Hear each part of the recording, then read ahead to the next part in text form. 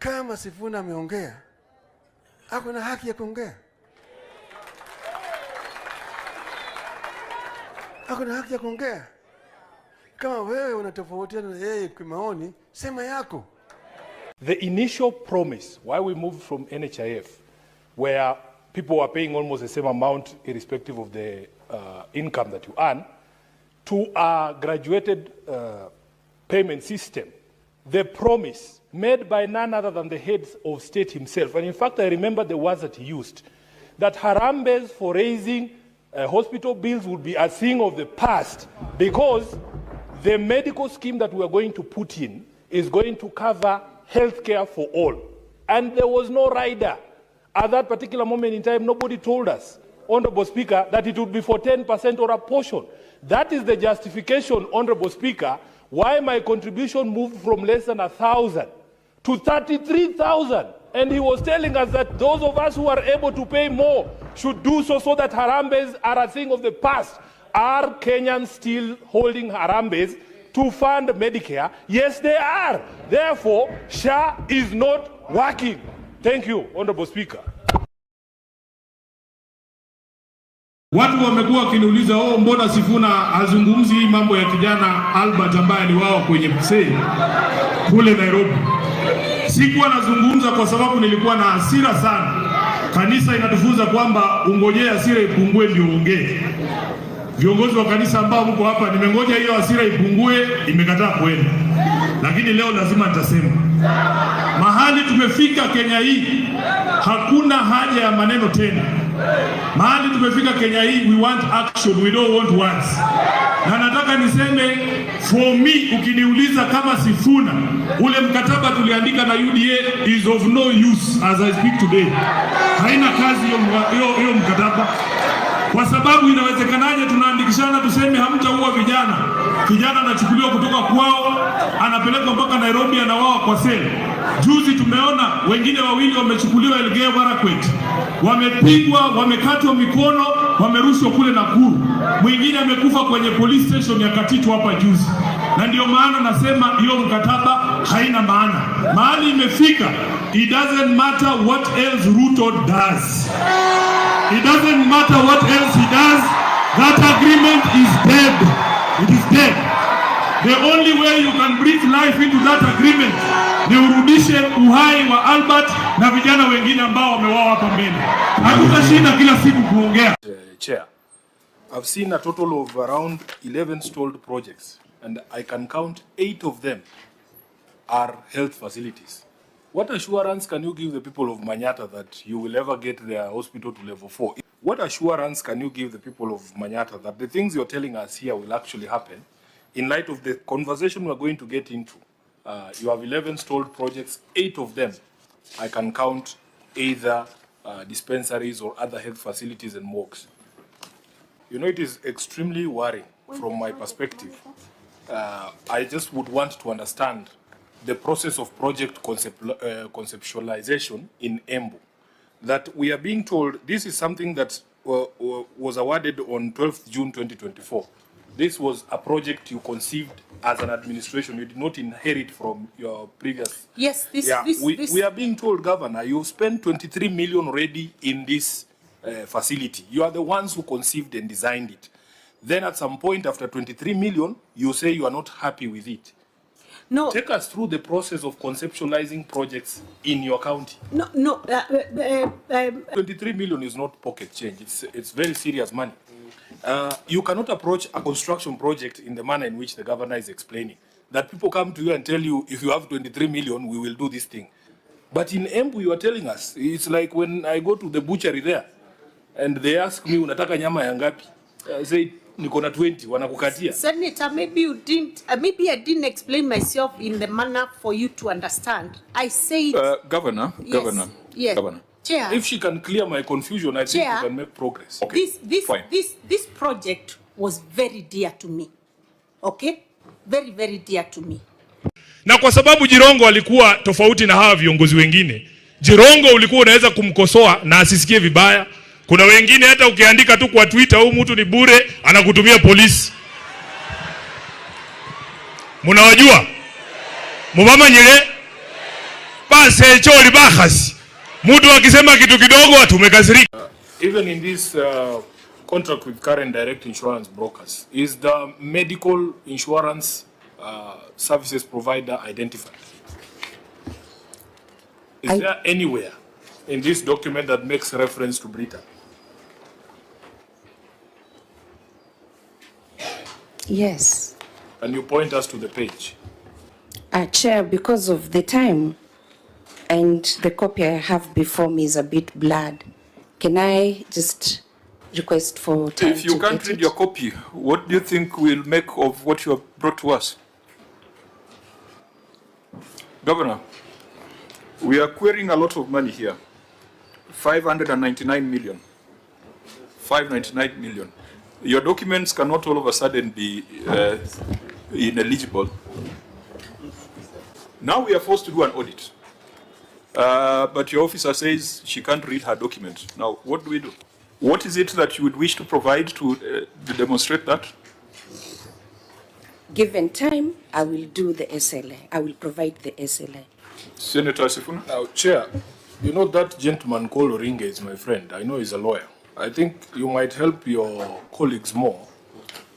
You have provided us with 2 contracts here. If I'm an employee of Bungoma County and I want to know the full range of benefits that I am entitled to under this cover, do I look at the contract with Britam or with Karen? Yeah, thank you, Chair. I think you look at the contract with Britam. You will need to introduce yourself. Thank you very much. It's long since you left the corridors of Parliament. Thank you, Chair. It's good to be back here. Edward Waswa is my name. I'm the county attorney. Yes, to answer your question, Senator Sifuna, is you go to Britam. You don't go to the broker. Good. So, what is the value of the clauses in this contract with the Karen? Because, for instance, Chair, the thing I wanted to demonstrate to this committee and to the county, let's use inpatient, for instance. There's provisions with on the Karen contract. There's outpatient benefits at page 6 of that contract. It lists out what your employees should expect. So you will see there consultations with a medical practitioner, consultation with a specialist, laboratory investigations, and so on and so forth. As the benefits the county has signed under this particular agreement with Karen, your staff can expect this. Then you come to the one with Britam on page 9. It also has the outpatient benefits and inpatient benefits, and those things don't look the same. So what is an employee supposed to do if there's a variance between the terms in the current contract and the one in the Britam contract? And you are saying the Britam contract is the go-to contract. So why were you signing this one with the broker? Yes, thank you, Chair. I think at this point it's good that we put the record straight. It was wrongfully done. Baba alikuwa anasikiza wananchi. Baba alikuwa anasikiza wananchi. Na mimi nataka kuencourage wanachama wa ODM. Sisi viongozi sasa tunyamaze kidogo, tusikie nyinyi mnasema nini. Nyinyi mtuambie mnataka tufanye nini na chama cha Baba Raila Amolo Odinga. Namaliza nikisema Baba Raila Amolo Odinga alizungumza wazi mbele ya nchi nzima tarehe 22 mwezi uliopita mbele ya hawa wabunge katika hoteli ya Agile pale Nairobi. Baba aliongea kwa kinywa chake mwenyewe, na waomba viongozi msiingize maneno kwa mdomo ya mtu ambaye amelala. Alisema yeye mwenyewe, akasema kama chama lazima tujiandae kwa ajili ya uchaguzi wa mwaka 2027. Na wale ambao wanaeneza mambo mengine hapa, Baba alisema, who has told you? Who has told you? Who has told you? The worst speaker this parliament, because he is running the house as if he is a DJ at Disco Matanga there in Matisi, that he is controlling the mic himself. He can shut off anybody's mic at any particular point in time. He interjects every time a member is making contributions. Every time it's like him who wants to debate. He forgets that he's not now an elected member of parliament. He should allow debate to flow. And this is a problem when you have partisan people who are still party leaders of their own political parties to run a national institution such as the National Assembly. So we want to condemn Speaker Wetangula and to tell him he's the biggest coward in this country. He is afraid of the people. You can see the sort of police deployment that is out there. That is essentially supposed to protect members of parliament from the public. I am not afraid of the members of the public. Why should members of parliament be afraid of members of the public? These are the people who elected us. And to add insult to injury, he is closing galleries that are essentially supposed, if you read the constitution, parliamentary debate is supposed to be open to the public. And I'm not even speaking as a member of the public. I'm speaking as one of the members of parliament. How can I be denied access to the National Assembly, to listen to debate, and to execute my role as the returning officer for ODM, to make sure that we have all our votes against this finance bill? Number two, before I let my colleagues speak, we are extremely proud as leaders in this country, as young leaders, of the young people who have taken to the streets to demonstrate their displeasure at how this government has treated us repeatedly over the years. We told them that if you close your ears to the people, they will slap those ears until they open. And that is what is happening here. So we want to encourage those young people, fear not, this is your country. This is your country, and I hope this movement does not die here. Anybody who is afraid of those young people there has a good reason to be afraid of those people. In fact, this vote should not be taken here where there are police cordons. Each of the 290 members of parliament should go back to their constituencies and vote from there, so that we know the truth that you are a representative of the people. So we want to encourage them to continue and make sure they access parliament. If there is any help you need, including showing you where the back door to this building is, you let us know, we will help you, so that you are able to access these characters like Wetangula and tell them that you are their bosses and they are not the bosses of the people of Kenya. I thank you, and I want to welcome the Honorable Senator Osotsi to say something. Jambo la pili, Mheshimiwa Raila, chini ya huo mkataba tulisema kaunti zetu zipate 450 billion Kenya shillings. Nimesikia fununu Junet, nyinyi mnapendekeza kwenye National Assembly 405. Tulisema 450, sio 405. Tafadhali kaa urekebishe hapo, mambo itakuwa sawa. Ya mwisho, Mheshimiwa Rais, Bishop ametuambia hapa kwamba kazi yako ni ngumu sana. Na mimi nakubaliana naye, hata mimi saa nyingine huwa najiuliza vile wewe unalala. Lakini kuna zingine, Mheshimiwa Rais, nasema Waswahili, mwiba wa kujidunga hauambiwi pole. Kuna watu kwa serikali yako kazi yao ni kushika handball kila siku. Sasa kama hii drama yote tumeona Nakuru, ati watoto wanakatazwa kufanya mchezo, sijui wanapigwa tear gas, sijui wanafukuzwa.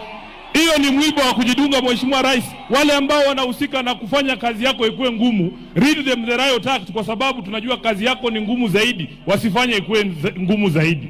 Kwa hayo mengi nasema asanteni sana, na Mungu amlaze George mahali pema peponi. Amazing. I've never seen a PhD who hangs out with class 2 dropouts, because what you do then is that you reduce the average intelligence to at least class 8. If you are just surrounded by, they say birds of a feather flock together. How are you a PhD hanging out with Sudi? Kwanza kabisa, nataka niseme pole sana kwa kumpoteza mama yako. Huko kwetu Bungoma mahali natoka, kama umefiwa Mheshimiwa Tom Ojenda, ungekaa chini tukuomboleze. Vile mimi najua. Kwa sababu tukianza eti tujibizane hapa mimi na wewe, afadhali uniwachie huyu Cheruiyot, yeye ana matanga, lakini wewe umempoteza mama, ungetulia usijiingize kwa mambo yetu. Nimekuja hapa ber kosok ber.